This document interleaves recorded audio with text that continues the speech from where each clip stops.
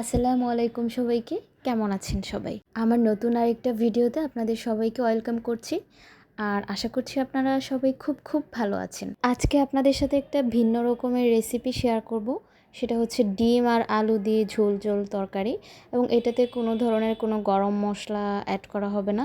একদম খুবই আনকমনভাবে এটা রান্নাটা। আমার কাছে এটা খুবই আনকমন লেগেছে, কারণ আমি এর আগে কখনো এরকম ধরনের খাবার দেখিও নাই, খাইও নাই। যাই হোক, আমরা ডিম ভুনা সবসময় ঝোল দিয়ে করি কিংবা যেইভাবেই করি না কেন, ওইটা হচ্ছে একটু গরম মশলা থাকে, মানে সিমিলার, মাংসের মতো সিমিলারভাবে রান্না করা হয়। তো আমি এখানে নিয়েছিলাম হচ্ছে মুরগির ডিম আর কোয়েল পাখির ডিম আর আলু একসাথে সিদ্ধ করে নিয়েছি। এইগুলো এখন ভালো করে একদম খোসাটা ছাড়িয়ে নিব। এই খাবারটার সাথে আমি পরিচিত হয়েছি আসলে আমার শ্বশুরবাড়িতে এসে। আমার শ্বশুরবাড়িতে আসলে ডিমের ভুনাটা এভাবে করে।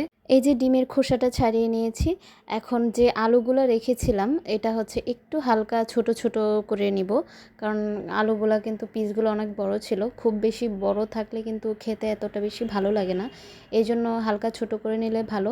আর আপনারা চাইলে কিন্তু এটা একদম কিউব করে কেটেও নিতে পারেন। আমি একটু হালকা হাতে ভেঙে দিচ্ছি।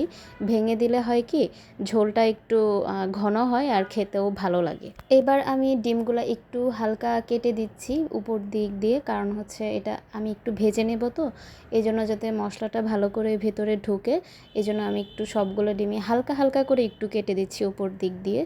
আর এটা আপনারা চাইলে স্কিপও করতে পারেন, এটা আসলে যার যার ইচ্ছা আর কি। আর এই যে এখন আমি ডিমগুলোতে একটু হলুদ, মরিচ আর পরিমাণ মতো লবণ দিয়ে মাখিয়ে নিব, ভালো করে মাখিয়ে নিব। যারা আসলে ডিম ভুনাতে হচ্ছে ভাজিটা পছন্দ করে না, তারা আসলে এটা ভাজিটা না করলেও পারবে, এটা পছন্দ। আর এই যে এখন একটু তেল গরম করে এখানে ডিমগুলো সবগুলো ছেড়ে দিয়েছি। ভালো করে হালকা করে একটু ভেজে নিব, যাতে খুব বেশি ভাজা না হয়, এটাও খেয়াল রাখতে হবে। আর এই যে এখন আমি মশলাটা রেডি করছি, দিয়ে দিচ্ছি পেঁয়াজ, আদা, রসুন সবগুলো পেস্ট দিচ্ছি, হলুদ দিয়ে দিচ্ছি, এটা হচ্ছে ধনিয়ার গুঁড়া, মরিচের গুঁড়া আর জিরের গুঁড়া দিয়ে পরিমাণ মতো লবণ দিয়ে একটু ভালো করে পানি দিয়ে, অল্প একটু পানি দিয়ে মিক্সড করে নেব মশলাটা। এভাবে মিক্সড করে নিলে মশলাটা ভালো কষালেও ভালো হয়, কিংবা রান্নাতেও ভালো একটা ফ্লেভার আসে। এটা একটা ট্রিক্স আর কি। আর এটা অবশ্য শুধু যে এটা দিলেই যে ভালো হবে তা কিন্তু না, এটা না দিলেও যে ভালো হবে না এমনও কিছু না, তবে এটা দিলে ভালো।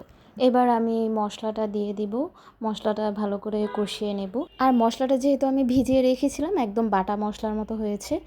আর এই যে এখন আমি আলুগুলা দিয়ে দিচ্ছি, আলু আর মশলাটা একদম ভালো করে কষিয়ে নিব, একদম ভাজা করে কষিয়ে নিব। আর এর পর্যায়ে আমি দিয়ে দিব পরিমাণ মতো পানি, আর যেহেতু এটা একটু ঝোল টাইপের হবে পানিটা বেশিই দিব। আর দিয়ে দিচ্ছি ডিমগুলো দেওয়ার পরে চুলাটা মিডিয়াম আঁচে রেখে একটু জাল করে ঝোলটা যখন একটু ঘন হয়ে যাবে তখনই নামিয়ে ফেলবো।